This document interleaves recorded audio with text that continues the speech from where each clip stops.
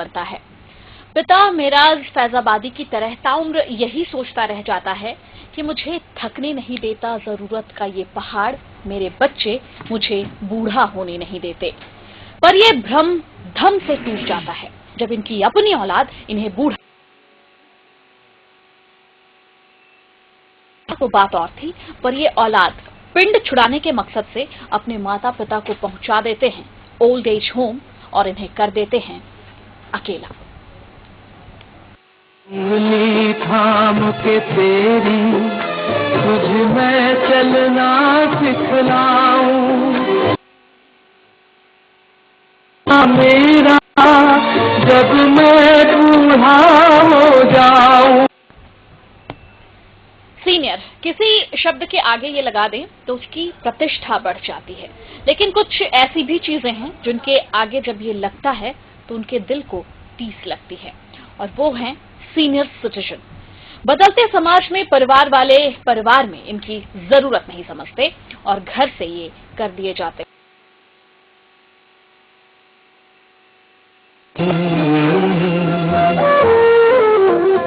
तुझे सूरज कहूँ या चंदा, तुझे दीप कहूँ या तारा, मेरा नाम करेगा रोशन जग में मेरा राज दुलारा। अगर राज दुलारे ने नाम रोशन किया होता तो इन्हें या इन जैसों का ओल्ड एज होम नहीं होता। दुख के कारण या फिर पारिवारिक समस्याओं से आज समाज का बुजुर्ग बेहद परेशान है, हैरान है, हताश है। झारखंड में इनकी स्थिति और ज्यादा खराब है। झारखंड में 54% बुजुर्ग अपने बहू बेटे के द्वारा प्रताड़ित होते रहे हैं। ये आंकड़ा हेल्पेज इंडिया की तरफ से जारी किया गया है। हेल्पेज इंडिया के सीनियर मैनेजर शुभांकर चक्रवर्ती कहते हैं कि पूरे भारत सहित झारखंड में बुजुर्गों की स्थिति चिंताजनक है। आप जानते हैं कि बिना तकलीफ का कोई आदमी कहीं नहीं जाता, तो फिर उस तकलीफ को सुधरने से क्या? यहाँ जितना भी आदमी है सब बिना सुख से कोई नहीं है। जो भी आदमी आया किसी न किसी को तकलीफ है तब आया, किसी को कोई देखने वाला नहीं है, किसी को बहू बेटी से हुआ झगड़ा, किसी को कुछ से होता है। सब आदमी के केंद्र बिंदु एक ही, बिना तकलीफ तो कोई नहीं आता है। घर द्वार छोड़ के यहाँ क्या करने आएगा? रांची सहित भारत के कई शहरों में ओल्ड एज होम है। इसका मतलब है बुजुर्ग प्रताड़ित हो रहे हैं।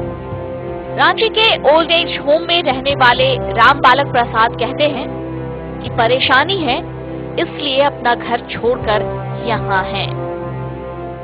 हर साल मतलब बुजुर्गों के ऊपर जो अत्याचार होता है, ये अत्याचार को रोकने के लिए, एक अवेयरनेस फैलाने के लिए आज ही दिन को मनाया जाता है। तो आज का दिन हर समय, हर स्टेट में, सारा इंडिया में, सारा भारतवर्ष में आज का दिन हम लोग हर एक स्टेट कैपिटल में ये मना रहा हूँ। बदलते मौसम में आगे बढ़ने की होड़ में समाज से संस्कार गायब होते जा रहे हैं, और यही कारण है कि बुजुर्गों को घरों में उचित सम्मान नहीं मिलता, ना ही अच्छा व्यवहार इनके साथ किया जाता है। आज की युवा पीढ़ी भी मानती है कि ऐसा वाकई हो रहा है। उनका एक्सपीरियंस हमारे लिए बहुत काम का होता है। वो हमें बाहर की दुनिया से मतलब अवगत करवाते हैं, और बाहर की सोसाइटी सेल्फिश या कुछ भी कहिए, पर अपने आप से बेटर अपने बुजुर्ग से सीखते हैं हम लोग। अभी सोशल मीडिया के कारण सब अपना सोशल मीडिया से ज्यादा कनेक्टेड है, मतलब फैमिली से कम। अपने संस्कार छोड़कर आगे जाने की चाहत रखने से समाज का भला नहीं हो सकता। अगर कुछ हो सकता है तो वो होता है हंसते खेलते परिवार में बिखराव। कैमरामैन विकी के साथ अंजनी कुमार, न्यूज़ 11 रांची।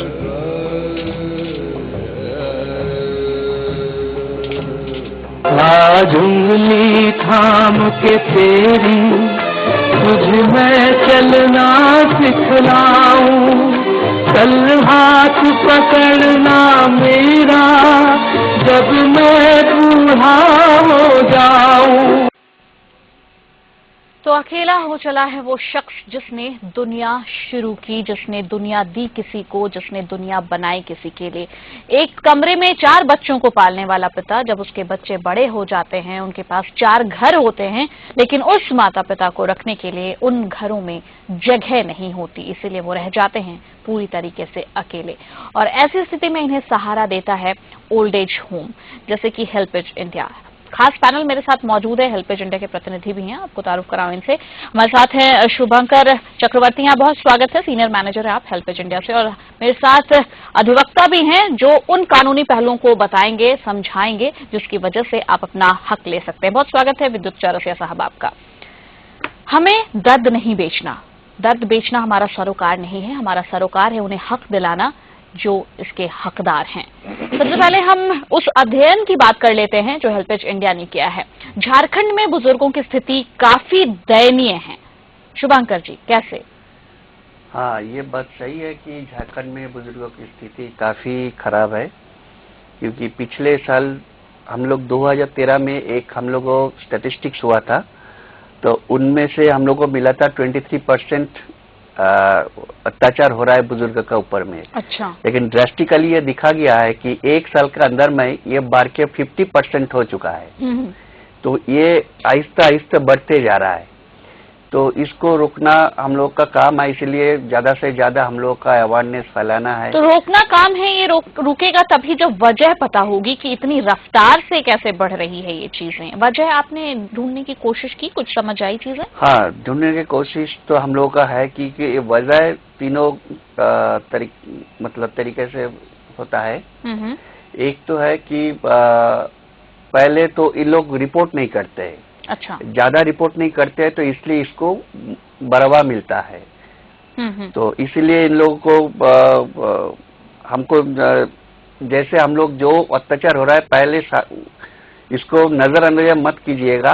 मेरा संदेश है कि इसको रिपोर्ट करें। अच्छा। किसी को भी आप रिपोर्ट करें, लोकल पुलिस में भी आप रिपोर्ट करें, किसी एनजीओ को आप रिपोर्ट करें, और किसी दूसरे कोई वॉलंटियर हो, जो भी हो आसपास में जो भी हो, किसी को रिपोर्ट करें, जैसे ये अत्याचार बंद हो सके। तो ये अत्याचार बंद हो सके, इसके लिए आप लोग अवेयरनेस कार्यक्रम भी चलाते हैं। इसका फायदा होता है क्या? फायदा तो कुछ हो रहा है, क्योंकि पहले से बहुत सारे फायदा हुआ है हम लोग का इस बारे में, इस मुद्दे पे। क्योंकि पहले हम लोग का जितना तरीके से अत्याचार हो रहा था, अभी अत्याचार हो रहा है, लेकिन अभी ज्यादा से ज्यादा आदमी बुजुर्गों रिपोर्टिंग करने लगे हैं। हाँ। तो ये ज्यादा बढ़ गया पहले। तो ज्यादा तादाद किन की होती है इनमें? बुजुर्ग जो हैं वो पुरुष होते हैं या वृद्धा होती है, महिलाएं होती हैं? 48% तो इसमें से पुरुष होती है और 52% फीमेल्स होती है, महिलाएं होती है।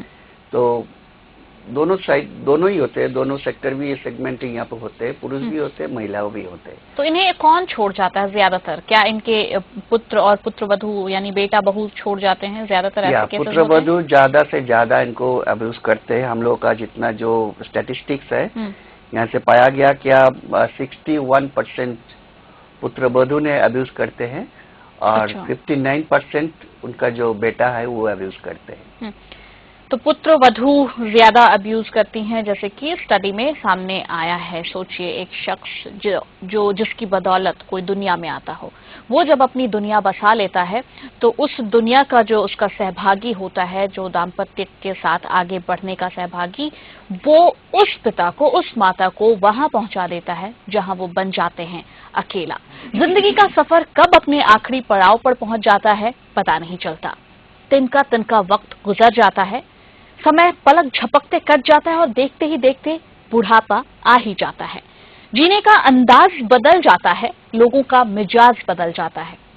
लोगों का मिजाज बदले तो तकलीफ कहाँ होती है? तकलीफ तो तब होती है जब अपनी संतान बना जाती है इनको अकेला। छोटा सा ब्रेक ले रहे, जल्द लौटेंगे। उंगली थाम के तेरी तुझ में चलना सिखलाऊं, कल हाथ पकड़ना मेरा जब मैं बूढ़ा हो जाऊं।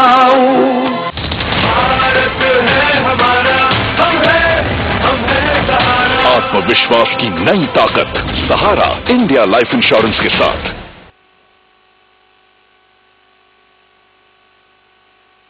सरकारी नौकरी पाना अब और भी आसान। लाखों की संख्या में वैकेंसी। झारखंड का नंबर 1 एकमात्र संस्थान NIBM PO maker institute. Specialisation in bank, MBA, SSC, computer. NIBM को अनेकों अवार्ड से सम्मानित किया गया। मैं NIBM को बधाई देता हूं कि इतने सारे विद्यार्थियों को हर साल बैंकिंग की परीक्षाओं में सफलता दिलवा रही है। NIBM PO maker institute, head office Shri Sai tower, 4th floor, circular road, Ranchi.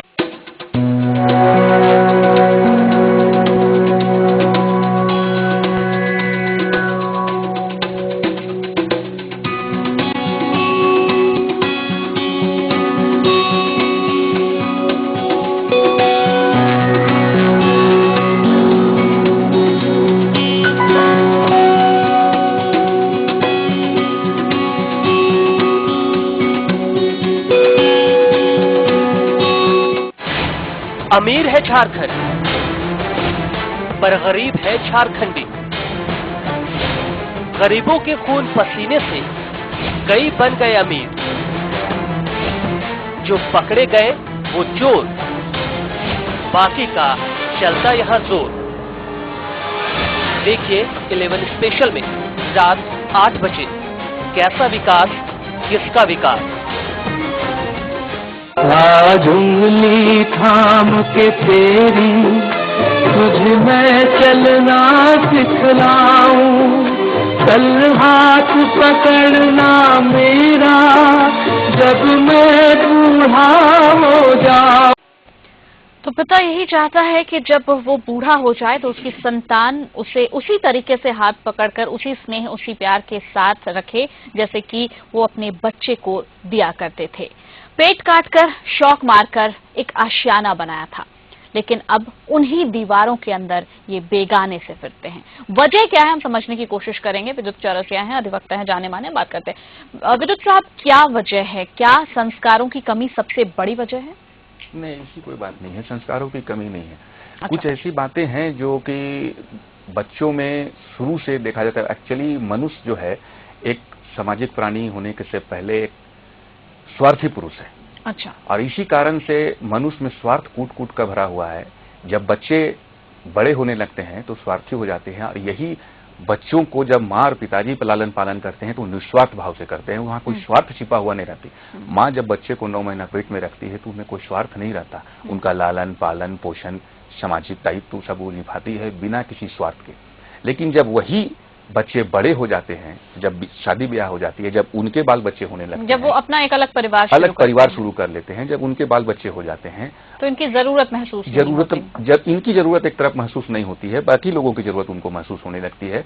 कुछ सामाजिक तंगी है, कुछ आर्थिक तंगी है, कुछ संस्कार है, कुछ अन्य परिस्थितियां भी हैं जो बच्चों को या बेटों को, बेटियों को, बहू को अपने लिए सोचने को मजबूर कर देती हैं। आजकल जो मेटरलिस्टिक लाइफ है, जो एकल परिवार की प्रथा जो चल पड़ी है बहुल परिवार की जगह में, ये भी एक कारण, बहुत बड़ी कारण है कि हम लोग माँ बाप को नेग्लेक्ट कर देते हैं, जबकि वास्तव में उनके रहने से परिवार संपन्न होता है, परिवार में सुख शांति रहती है, परिवार में गार्जियनशिप रहता है, परिवार देखने लायक होती है। कोई भी माँ बाप, चाहे वो बूढ़े हो चाहे जवान हो, वो उपेक्षा का शिकार नहीं होना चाहिए। उसका कहीं न कहीं किसी न किसी रूप में हर परिवार में रोल होता है।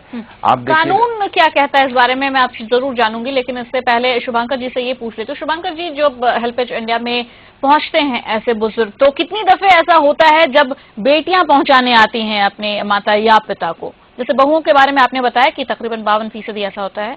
हाँ, बेटियां ज्यादा से ज्यादा हम लोग का जो एक्सपीरियंस हम लोगों का जो है, इनमें से ज्यादा बेटियां ही आते हैं हम लोग का, मतलब रिपोर्टिंग करने के लिए हम लोग के पास आते हैं बेटियां। अच्छा। ठीक है कि यहाँ पे ऐसा मतलब कोई ऐसी बेटी नहीं आती कि मेरे माँ को रख लो यहाँ, मेरे पिताजी को रख लो यहाँ, ऐसे इस परेशानी के साथ? बहुत कम, ओनली 7% हो सकता है कि ऐसा कुछ आते हैं। क्या हम लोग का कोई भी बुजुर्ग आप क्या वजह मानते हैं कि सिर्फ बहुएं आती है? क्योंकि वही स्त्री जो है वो कई रूप में होती हैं। जब वो बहू होती हैं तो उनका एक अपना ससुराल होता है, एक मायका होता है। मायका पक्ष बहुत प्यारा हो जाता है, ससुराल पक्ष इतना बुरा हो जाता है कि इन्हें अपने सास ससुर जो हैं वो बोझ लगने लगते हैं और उनकी जगह ओल्ड एज होम हो जाती है। वजह क्या आप मानते हैं इसकी? इसका वजह होता है जो हम लोग का जो ट्रेडिशनल जो संस्कार जो है, इस संस्कार के वजह से हम लोग को लगता है कि हम लोग जानते हैं कि हम लोग माता पिता, मेरा जो अपना माता पिता है वो अब मेरा माता पिता है, लेकिन हस्बैंड का जो माता पिता है वो मेरा माता पिता नहीं है। इसलिए वो भी बेटा को मोटिवेट कर देते हैं कि थोड़ा तो भी जैसा विद्युत साहब कह रहे हैं कि संस्कार जो है वो सेकेंडरी चीजें हैं, कई तरह की तंगियां हैं, उन तंगियों की वजह से ऐसे एक्शन लेने पड़ते हैं। तंगियां है इसमें, इमोशनल एक बॉन्डिंग होता है इसमें, जैसे रिपोर्टिंग नहीं होता है क्योंकि, और दूसरा की है इकोनॉमिक जो प्रॉब्लम है। हाँ। इकोनॉमिक डिपेंडेंसी ज्यादा हो जाता है कि हाँ। जितना जो बुजुर्गों है कुछ जिसके ऊपर अत्याचार हो रहा है, हाँ। तो इकोनॉमिक डिपेंडेंसी का वजह से भी अत्याचार बढ़ जाता है। और इन अत्याचारों से निराकरण कैसे हो, इसके कानूनी पहलू क्या है, ये हम समझेंगे जरूर। दरअसल उम्र भागते हुए जब शरीर थक जाता है तो ये आराम चाहता है। आराम सिर्फ जिस्मानी तौर पर नहीं, दिमागी और जहनी तौर पर भी चाहता है। पर क्या हो तब जब आराम के हकदारों को धकेल दिया जाता है उस अंधेरे में जहां ये खुद को पाते हैं अकेला। एक छोटा सा ब्रेक, जल्द लौटेंगे। थाम के तेरी तुझ में चलना सिखलाऊं, चल हाथ पकड़ना मेरा जब मैं बूढ़ा हो जाऊं।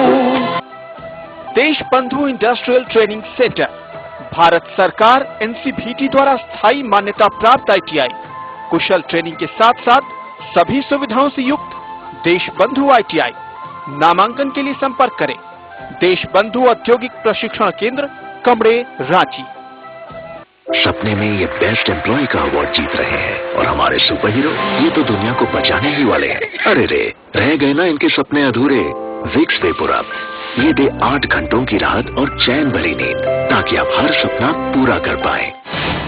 अमीर है झारखंड पर गरीब है झारखंडी। गरीबों के खून पसीने से कई बन गए अमीर,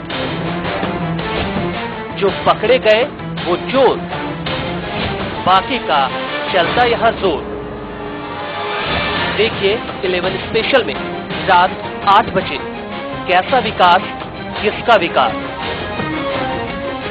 आज उंगली थाम के तेरी तुझ में चलना सिखलाऊं, चल हाथ पकड़ना मेरा जब मैं बूढ़ा हो जाऊं।